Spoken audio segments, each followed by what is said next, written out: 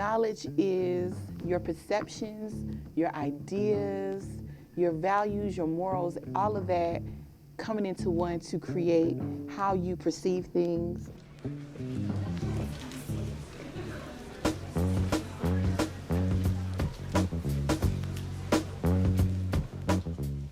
I would define knowledge as know-how.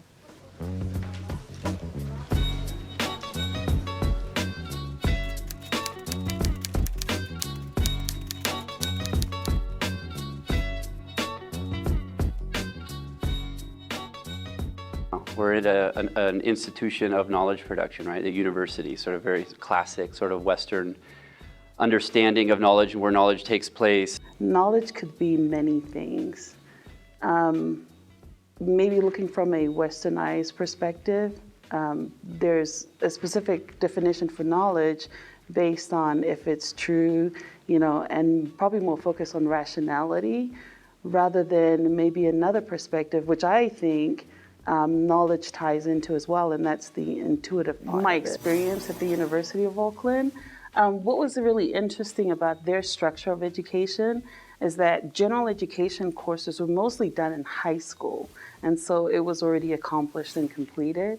And so the idea was when a student transfers over to the university, they focus solely on like their core classes. Whereas the structure here at the US is very different, where you have to take, maybe half or at least 30 plus credits of general education classes. There's certain ways historically the academy has justified very particular types of truth. For example, science, Western science I'm talking about here.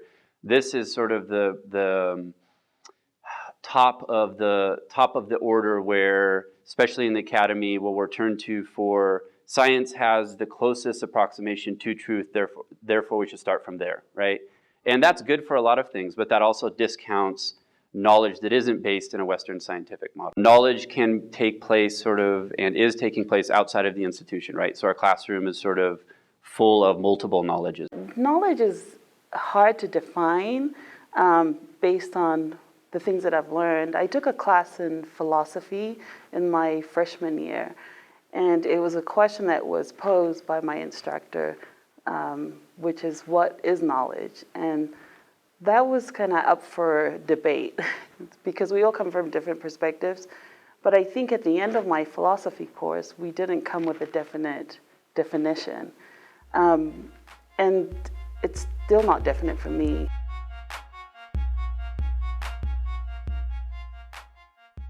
How I obtain knowledge is different than what an institution or school is telling me how I'm supposed to obtain knowledge.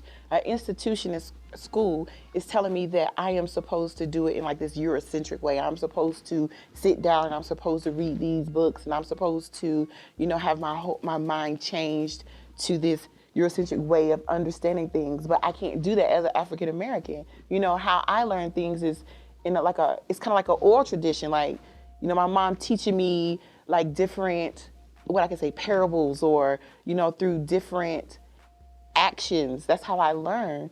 And I feel like in school, they want you to be like a robot. I want you to learn this and spit this out. I don't want you to I don't really care about your lived experience. School doesn't want you to put your lived experience and the knowledge that you're getting from all these books and papers and stuff together. It's either one or the other. So because I was a non-traditional student, and because I also had to be a parent while I was going to school, I think that I had a lot of personal knowledge and a lot of things that maybe more traditional students didn't have. I don't think that the way that the institution of higher education is set up necessarily appreciates alternative knowledge or knowledge that isn't gained through the institution. So a lot of times if I would give my opinion about something, it would kind of get rejected, or people would be like, where did you get that information? Or what's your quote? What's your source? I was within the formal education system ever since preschool. And actually I went to a local Christian school for kindergarten, first grade, 5th and 6th grade. And also went to my local tribal school. So within the formal educational context, I mean, I really got a chance to see what some of the Christian doctrine was in terms of how Christianity was meant to colonize indigenous people, particularly Navajo people, because I would hear a lot of my teachers talk to me about how Navajo religion, Navajo language, Navajo clanship system was something that was not good. Something, and I mean, literally, I've had teachers in my class say, that traditional kind of stuff is satanic, is what they used to tell us.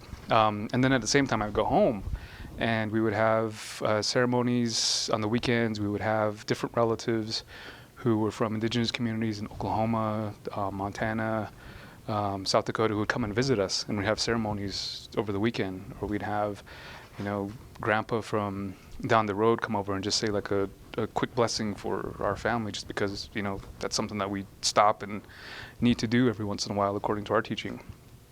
So I would go within my community and see this side of it, but then go to the school and hear this other side of it. And I was so ingrained within my community, respected my family so much that I never really paid attention to, some of this Christian doctrine that was being instilled on some of my classmates.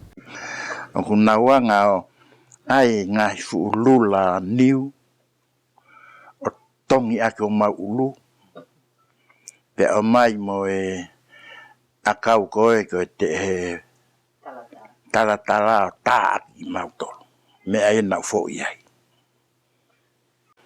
o fonga pahia hono ta ka fai ako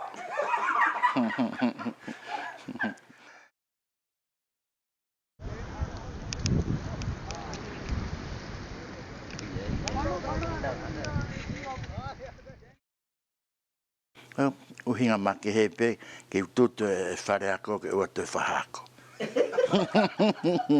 Accomplishment has to be away from the individualistic model and move more towards something where collective accomplishment or success would happen and needs to happen from.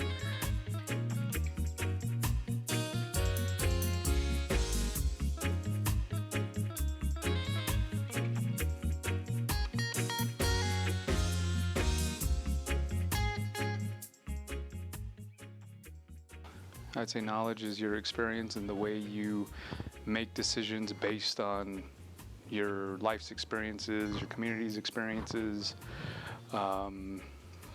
based on the collective experience of people that you're around.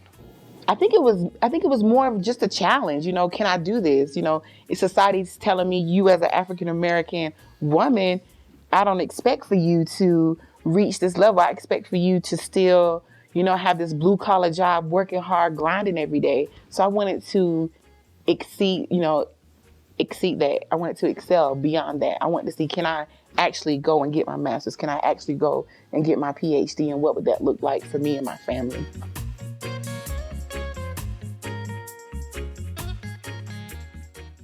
So I think knowledge is something that you create through experience, you know what I mean? So it's not just like textbook, like you can read and memorize and facts, but knowledge is like knowing how to do something. So actually I'm teaching a class this semester, community journalism class, and part of the point of the class is for community members and university students to work together to write stories about the West Side.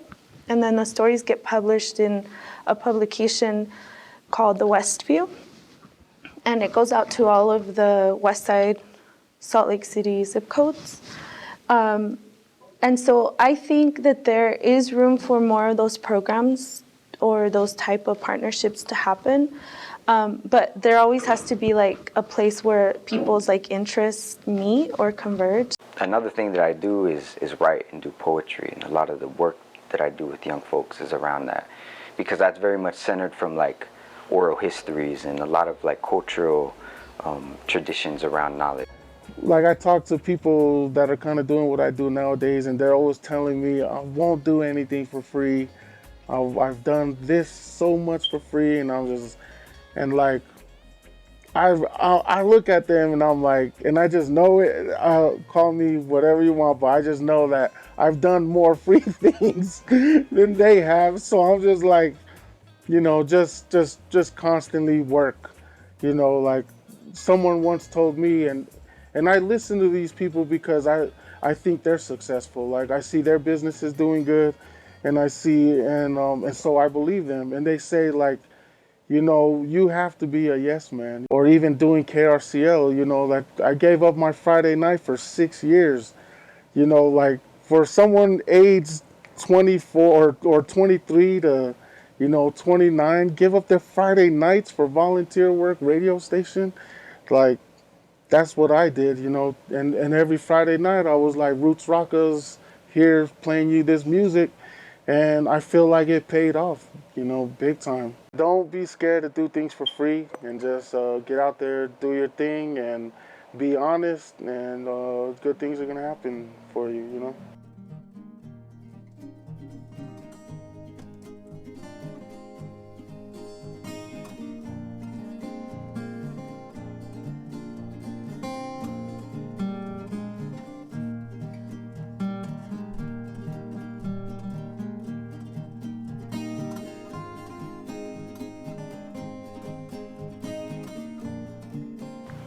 Ia, kute ako ia I api. Ko e potoko na uiloi hei ko e kutamai. Ako pe me he kutamai e nenga aue mo tau I api mo alu ki taha yo whangota maukai ke kuako pe ia ako pe me he kutamai. Mo uta ave he kutamai ki uta whakaino I tongo we. To e ufi, to e manioke, to e kape, pe lava ke ilo ai, a hono mo oni, ai ngowe. Ko e poto, mo ilo, kuti ai ke te anga iloi, oku mo oni. Ke te whakapapau I e poto, pe te lava ke te iloi ko e mo oni.